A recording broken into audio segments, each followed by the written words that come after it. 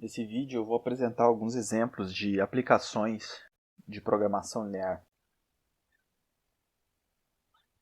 O primeiro exemplo que eu vou apresentar é o exemplo do problema da dieta. Então, nesse exemplo, nós temos uma empresa que fabrica alimentos para animais, ração para animais, e essa empresa ela está interessada em saber quanto de determinados produtos ela deve colocar na mistura de forma a atender às necessidades nutricionais dos animais com o menor custo possível.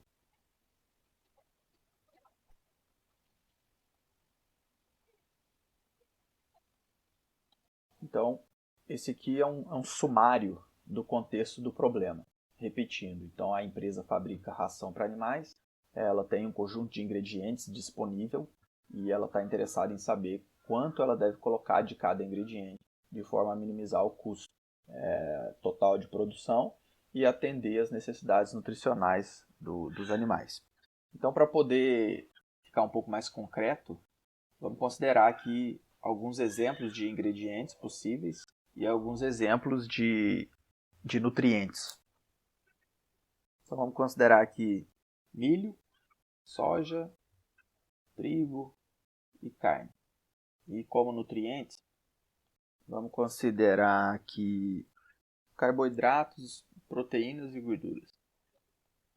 Só para simplificar a modelagem aqui, não ficar muito grande, eu vou tirar um dos ingredientes e ficar só com 3.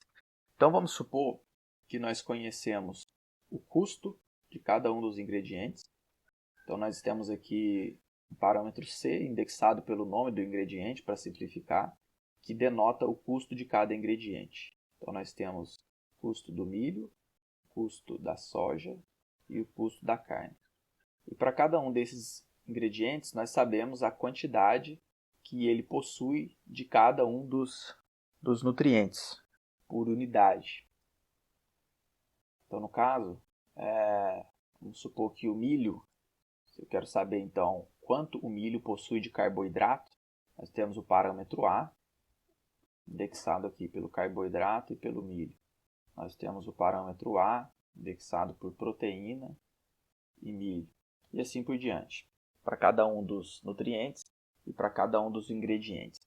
Então, de modo geral, o que nós temos é um parâmetro CJ para todo ingrediente J e nós temos um parâmetro AIJ para todo nutriente I e ingrediente J.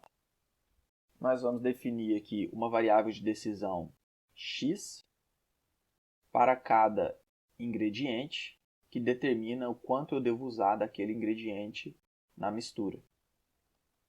Então nós temos uma variável XJ para cada um dos ingredientes. Essa variável ela vai assumir um valor real maior ou igual a 0. Então, nós queremos minimizar o custo total dos ingredientes adicionados à mistura. Então, no caso, vai ser C milho, ou seja, o custo do milho multiplicado pelo quanto eu estou adicionando de milho, mais o custo por unidade de soja multiplicado pelo quanto eu estou usando de soja, e o custo da carne multiplicado pelo quanto eu estou usando de carne. Então essa é a nossa função objetivo.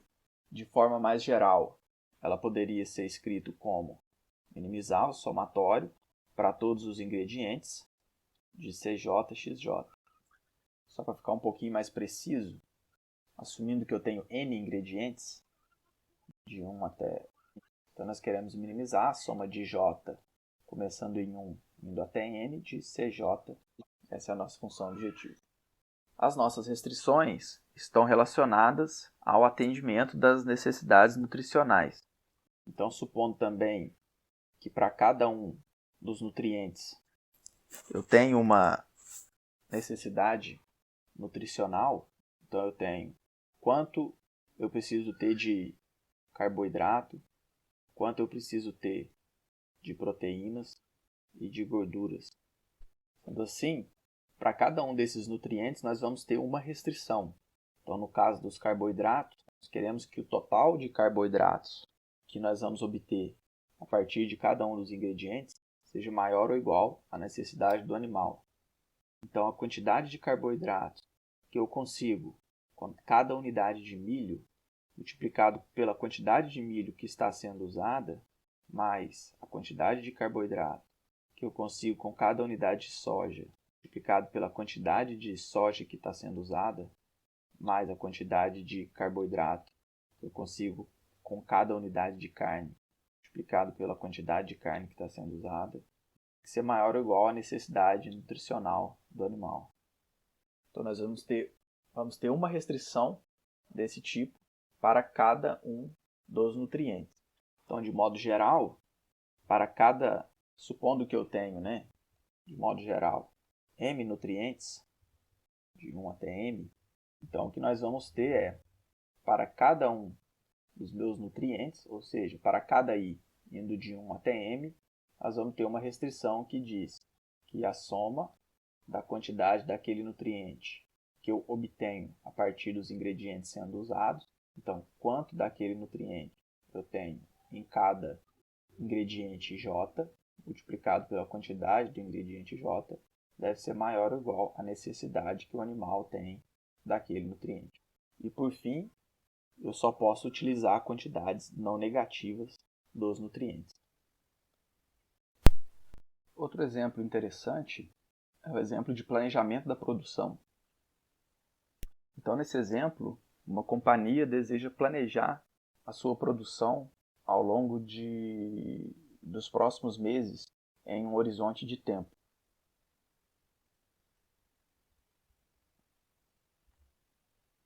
Para cada um desses períodos de tempo, nós sabemos as demandas dos clientes por aquele produto.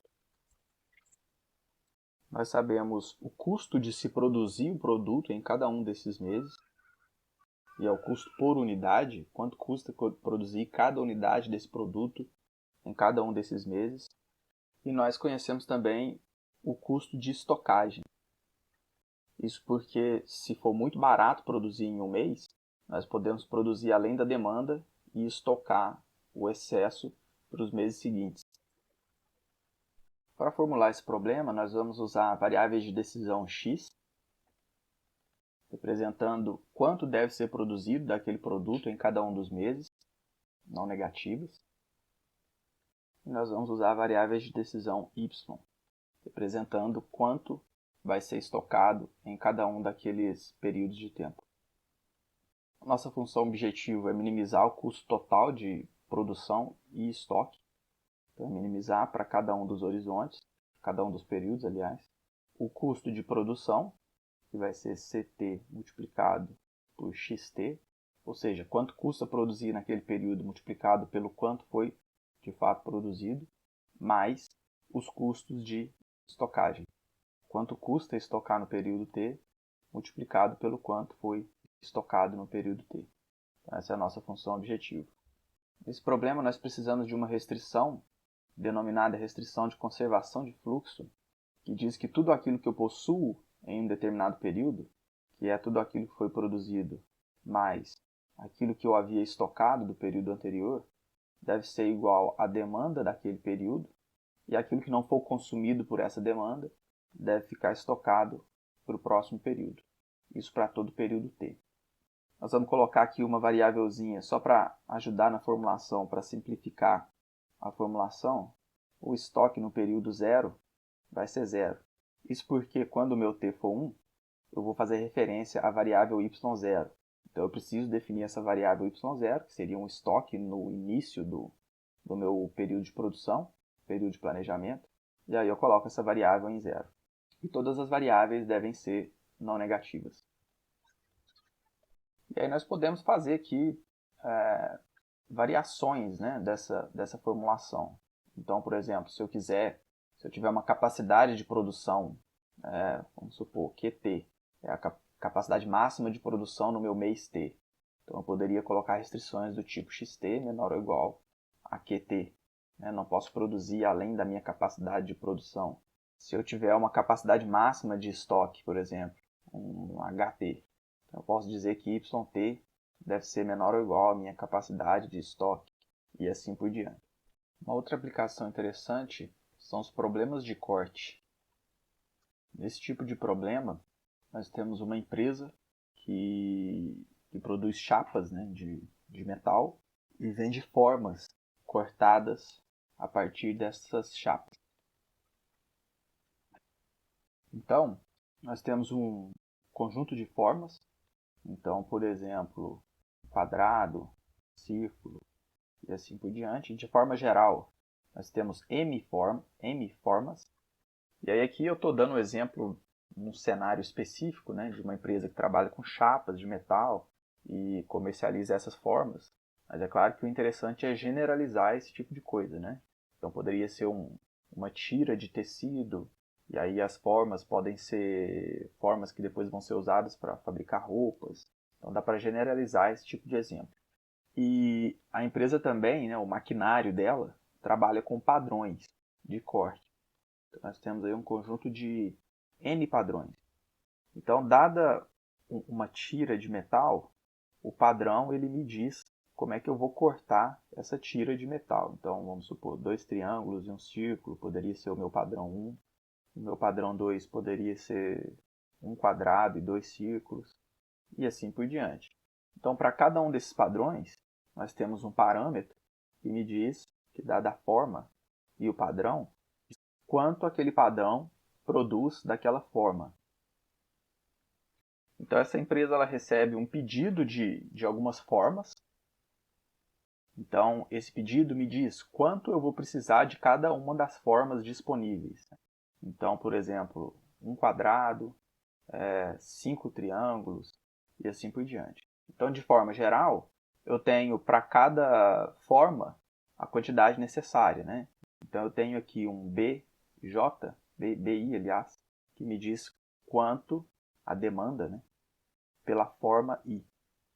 Então, eu quero saber, para poder atender essa demanda do cliente, quanto eu devo usar de cada um dos padrões, quantas chapas eu devo usar, né? E eu quero minimizar esse número de chapas. Então, o objetivo é atender a demanda do cliente com o menor número de chapas possível. Então, eu vou definir aqui variáveis de decisão XJ, representando quantas chapas do tipo J vão ser usadas. E o que nós queremos fazer é minimizar o número total de chapas. Se eu somar para todos os possíveis tipos J, né? No caso, o tipo é o padrão. Então, quantas chapas eu vou usar de cada padrão? Então, se eu somar para todos os padrões disponíveis, o quanto eu utilizei daquele padrão, eu tenho o meu total de chapas utilizadas. Eu quero minimizar essa quantidade. E eu quero que essas chapas utilizadas sejam capazes de atender a demanda do meu cliente. Então eu sei que, dada a forma, o quanto eu estou produzindo da forma I, né, depende do quanto o meu padrão J consegue produzir da forma I. Então, dada a minha forma I, quanto é que o meu padrão 1 consegue produzir dessa forma, multiplicado pelo quanto eu estou utilizando do padrão 1. Ou, mais especificamente, né, vamos supor que quadrado. Então, quanto de quadrado eu consigo produzir com o padrão P1, multiplicado pela quantidade de padrão P1 eu estou usando. Então, eu sei quantos quadrados eu estou produzindo, mais quantos quadrados o meu padrão P2 consegue produzir, multiplicado por quantos padrões P2 eu estou utilizando, e assim por diante. Isso tem que ser maior do que a demanda do meu cliente quadrados. Então, de forma geral, dado um padrão, dado uma forma aí, eu tenho que o quanto eu estou produzindo daquela forma, multiplicado, ou melhor, o quanto cada padrão produz daquela forma, multiplicado pelo quanto eu estou utilizando daquele padrão, deve ser maior ou igual à demanda por aquela forma. As minhas variáveis x devem ser maiores ou iguais a zero. E uma restrição adicional é que essas variáveis sejam inteiras. Então, faria pouco sentido, porque em programação linear, a nossa solução ótima ela pode ter valores fracionários. Então, se eu tentasse resolver esse problema aqui, a minha resposta poderia ser utilizar 2,5 de um determinado padrão, que não faz muito sentido. Ou eu uso a chapa inteira ou eu não uso.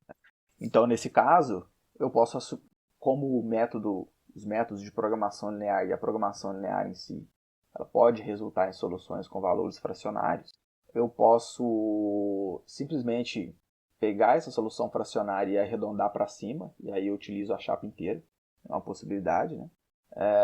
Possivelmente isso pode não ser a solução ótima do problema em si, é a solução ótima para o problema fracionário, mas pode não ser a solução ótima para o problema inteiro. Ou se eu estiver trabalhando numa escala muito grande, em que eu vou ter que cortar 50 mil chapas de todo jeito, e aí cortar 50 mil e uma, né, se eu tiver que arredondar uma fraçãozinha para cima ali, basicamente não vai fazer diferença. Também seria uma alternativa. Um outro tipo de aplicação interessante são os problemas de fluxo. Nesse tipo de problema, nós temos uma rede de nós direcionada, que no caso é um grafo, com um conjunto de vértices V, que são os nós, um conjunto de arcos. Alguns desses nós são origem de fluxo, e alguns desses nós absorvem fluxo. E aí nós queremos saber, além disso, né, cada um desses, o transporte de fluxo em cada arco, ele tem um custo por unidade. Então, dado um arco IJ, existe um custo CIJ por unidade de fluxo naquele arco. Então, nós queremos saber a forma mais barata de enviar aquela origem de fluxo para os destinos através dos arcos da rede. Uma outra restrição que esse problema pode ter são capacidades em cada um dos arcos. Então, por exemplo, poderia ser que esse arco aqui ele não pode transportar mais do que 2 unidades de fluxo, e esse aqui não mais do que 3. Então, para poder transportar essas 5 unidades de fluxo, eu teria que enviar 2 unidades por aqui e as outras 3 aqui por baixo. Problemas de fluxo têm diversas aplicações.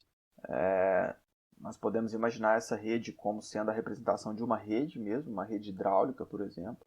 Ou poderia ser um conjunto de vias em uma cidade, e aí a capacidade seria a capacidade da via, por exemplo.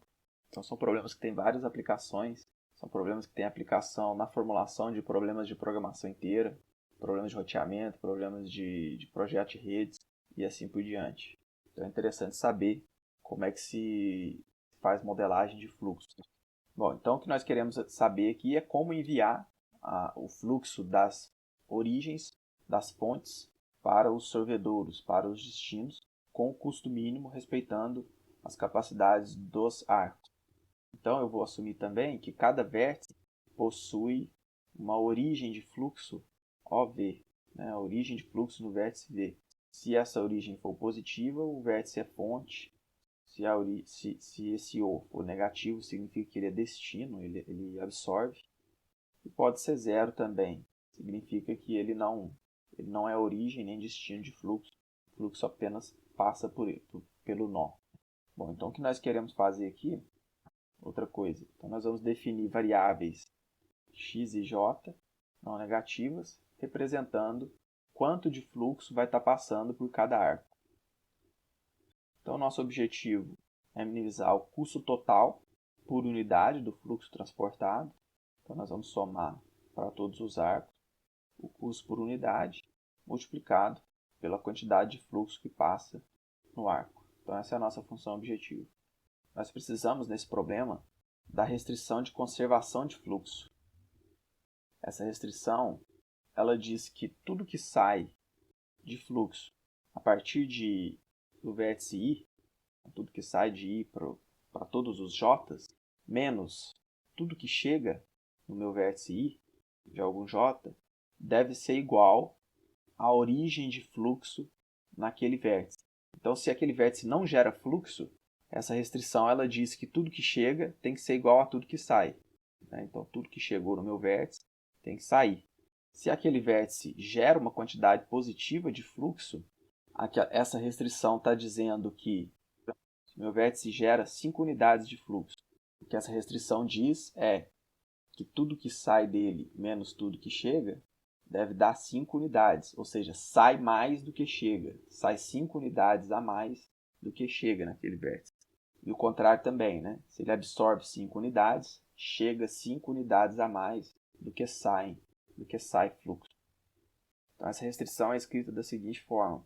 Para todo I pertencente a V, para todo vértice I, tudo que chega naquele vértice, ou seja, para todo arco J chegando em I, de J para I, pertencente ao meu conjunto A, XJI, menos tudo que sai do vértice. Então, são todos os arcos do tipo IJ pertencentes a A.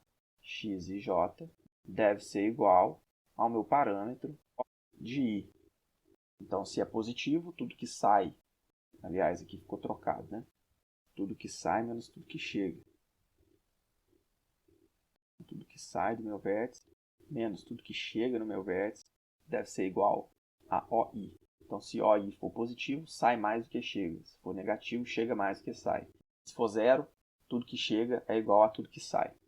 Além disso, nós temos também as restrições de capacidade. Então, para todo arco IJ pertencente a A, eu tenho uma restrição que diz que o fluxo que passa pelo arco IJ tem que ser menor do que a capacidade do arco IJ.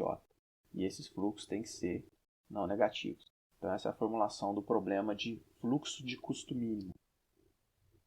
Um fato interessante aqui é que, se as capacidades forem inteiras e os meus valores aqui de geração ou absorção de fluxo forem também inteiros, os fluxos serão inteiros na solução ótima.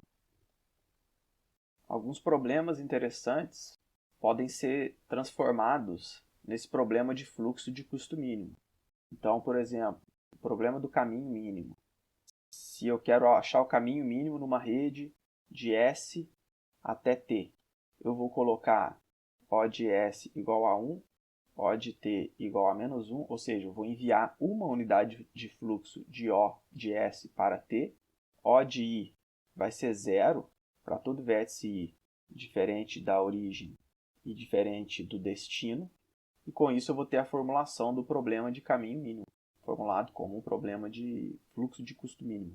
E aí, por causa desse resultado aqui, é garantido que as minhas variáveis x na solução ótima serão inteiras, serão 0. E aí eu não preciso nem colocar essas restrições de capacidade aqui para esse problema. Posso deixar as arestas sem capacidade. Outro problema interessante que dá para ser formulado como problema de fluxo de custo mínimo é o problema do fluxo máximo. Nesse problema nós queremos saber, né, nós temos a rede, nós queremos saber o máximo que eu consigo mandar de fluxo de uma origem para um destino, dado que eu tenho as capacidades dos arcos. Então, qual é o fluxo máximo que pode ser enviado?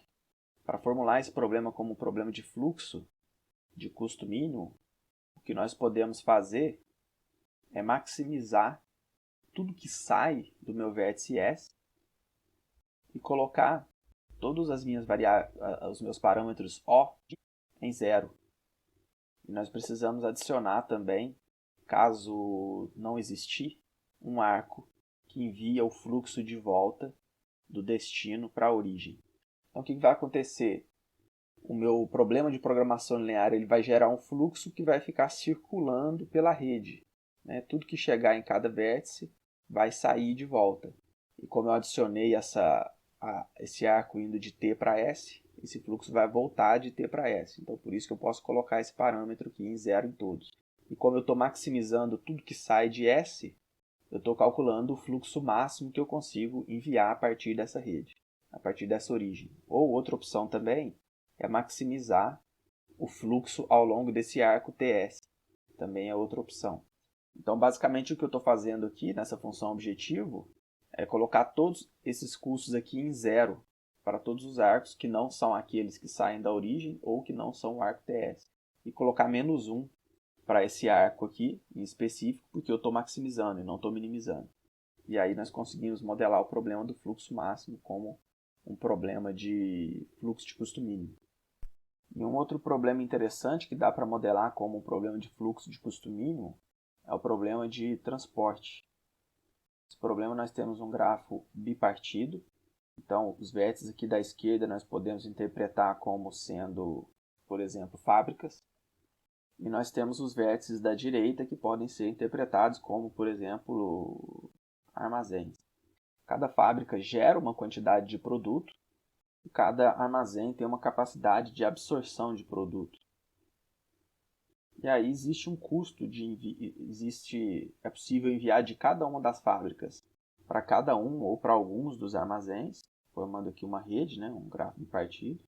E nós queremos saber de quais fábricas nós devemos enviar para cada um dos armazéns, de forma a atender as demandas. Nós podemos assumir aqui que a quantidade de geração de produto é igual à quantidade de consumo de produto. Nesse caso aqui, o total que eu tenho de geração de produto é de 110 unidades. E o total que eu tenho de absorção de produto é de 100 unidades. Eu posso adicionar aqui um vértice artificial para capturar as 10 unidades extras, conectado a todo mundo com custo zero. E aí isso aqui nada mais é do que um problema de fluxo, né? Nós temos que esse valor aqui vai ser o parâmetro O do meu vértice. E para os armazéns, isso daqui vai ser o negativo do meu parâmetro O.